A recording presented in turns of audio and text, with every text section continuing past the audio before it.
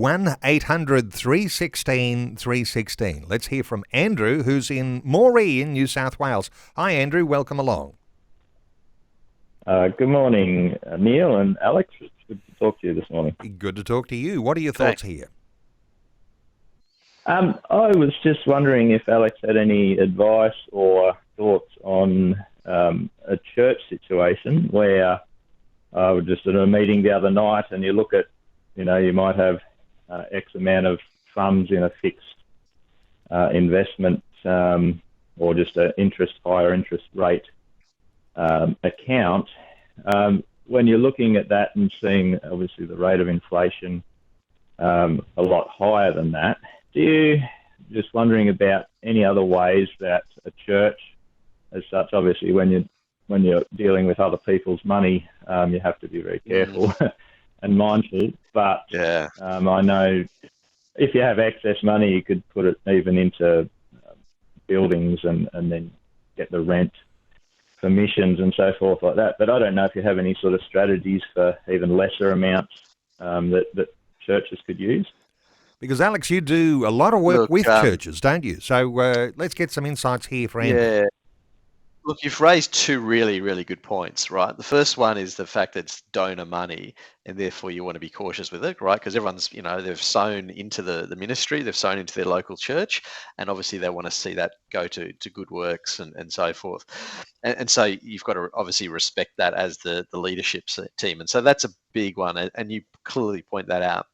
But equally, there's this other big problem that we're all facing now, and that is that inflation's at 7% and you're getting 4.5% in the bank. So everything is negative in terms of its real rate of return. So I always bring it back to what is the actual objective of the money and what is the time frame of the money. So is that money needed in the next 12 months? In which case you really can't take any risk with it. You've got to keep it, very conservative. If the risk, if the time frame's longer, then you can then start to take a little bit of risk, and then the longer the time frame, the more risk is the general principle that we would apply to an individual. But you can with a church. But generally with a church, the main thing is often that money is used for, as you say, for missions or for buildings, in which case you generally don't want to take any capital risk. Limiting your exposure to growth type assets at the moment.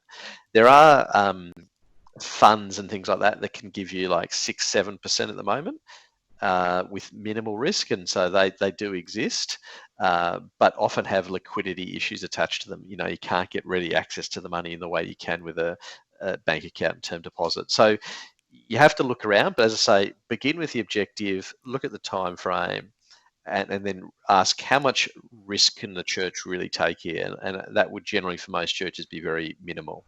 So I hope that gives a bit of structure around the thinking rather than specific ideas, because that's tough at the moment, because ultimately most things are underperforming inflation, even shares in real estate, which are the good longer term assets that you would put money into to beat inflation in the longer run. Andrew in Moree. And Andrew, while we've got you here, just to enlarge here, because it's a good thing for a church to have a financial position where they have some money that is spare and an investment. A lot of churches living week to week, month to month, and just keeping afloat, challenging times. There is something here, isn't there, that's important so far as the ordinary churchgoer who gives a contribution at their local church, a tithe or offering or some sort of financial contribution.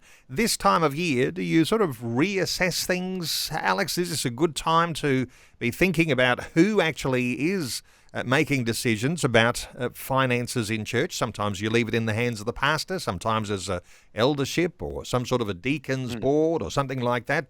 Hopefully people with some expertise on how to do this. A good time to reassess the way you do all of that financial management? Oh, absolutely. And that should be a regular part of the leadership process, reassessing obviously who's making the decisions. But also, having that proper accountability in place so that risks, and so accountability amongst the leadership team, but also to the congregation themselves. I say that pastors are, when it comes to money, a lot of pastors will try and hand it over to the treasurer. And I always say to them, that's a mistake. The treasurer may be accountable for the numbers in the counting sense of the word, But in terms of the messaging and getting your message out to your members and about what the church is doing and why it's doing it, that really needs to come from the senior leader. To me, pastors are in the front line here and need to be the ones carrying the vision and associating the money with the vision of the church and what those funds are for. Thank you so much to Andrew in Moree. Our talkback line is open on 1-800-316-316.